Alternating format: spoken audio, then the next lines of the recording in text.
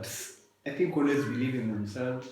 They're getting certain shots, and also as in I think the games they've drawn, like the one against Leeds and also against Leicester, when the game starts, you're like so sure City are going to beat this team, are going to win. But in my own opinion, I think we're unfair to them. Personally, I'm unfair to them. I always say they have great depth.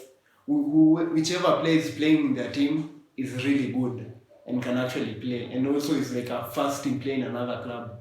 However, the fact that they're missing significant players in their team, I think that is like something that is costing them a couple of points in their game. But City, I had high hopes for Chelsea.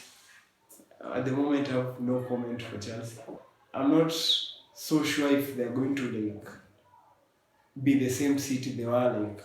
As we said, I think this Premier League will be really competitive, and it won't be the normal norm of the last like two seasons, whereby City were like obviously top two, significant points, beating teams like so many goals. I think this won't be a comfortable season for City.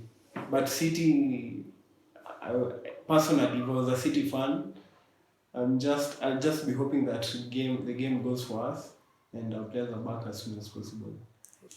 Manchester City, I think their biggest problem is their lack of their big players. Aguero is a significant attacker who is missing. Also, what's his name?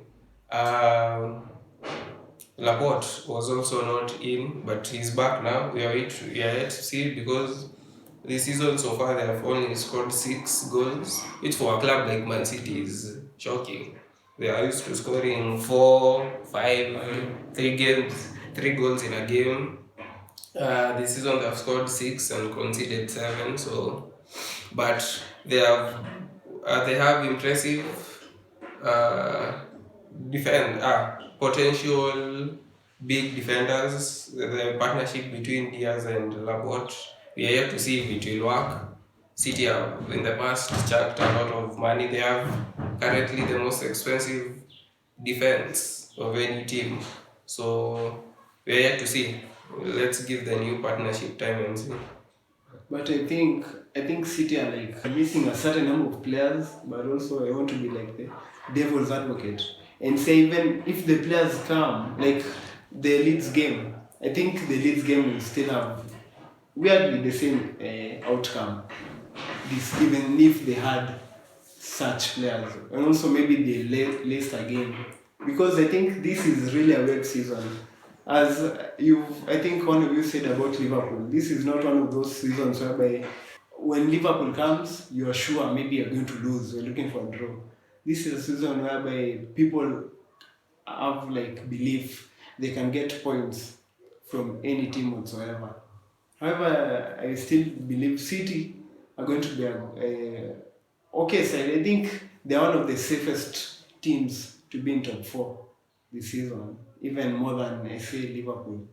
However, it won't be like I know, but we have to see what will happen. Hopefully, the league will settle. Maybe this excitement will run for a couple of game weeks. Then we go back to the normal norm. 3 goals and a win. When it comes to City, City I don't give them any leeway, because when Pep came, when he won the league twice, we are told he tamed the Premier League. So anytime City is playing, I always see they say they brought the best manager and he's going to tame this league. Yeah, and this league is not, for lack of a better word, tameable. You can win twice in a row, but there's going to be a season that another team will come and remove you from that patch, regardless of how good you are. So City, regardless of how they play, regardless of personnel, and regardless of injury, we know that they have depth, they have quality in each position. So when they don't play well, I consider it is by choice more than it is that the team lacks something. The ability. Yeah, because sometimes even the manager makes very, very useless decisions, like the Champions League game, to leave out big players, assuming that you play the final or the semi-final, and you haven't yet won the game at hand.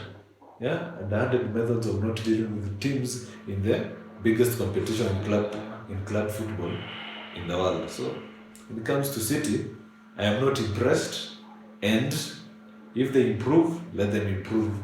But as for now, I'm not impressed because you're a big team. And like last season, they said when De Bruyne comes, we'll be unstoppable. De Bruyne came and they lost the league with their best player, who even won the best player. And Israel is still the best player. Yeah. So for me, City is not an enigma. So what is the problem with City? With City, I don't know what the problem is. Either Like they missed a game, the 5. But I believe personally is City comes to the field believing people fear them in my view, and nobody fears City anymore because it has been proven from when Liverpool beat them 4-3 that when you bring the game to City, they have that moment of disbelief that these people are willing to fight us They're for the win. willing to risk. Yeah, they are willing to fight us for the win. They are willing to grind, and they are not going to turn off because they know when City plays in the EFL game against Burnley, when you turn off as Burnley turned off against City, you will lose because City played the most basic football of just cross it to the winger, cut back, or cross across goal, tap in, and it's a goal. So City, I believe the manager is the one that holds the destiny of the team. Because if he becomes serious, I believe they become serious. And also they have a problem with the striker. Aguero gets injured, they cannot perform. Jesus has been unable to stand up to the level that Aguero, when he plays, City can perform.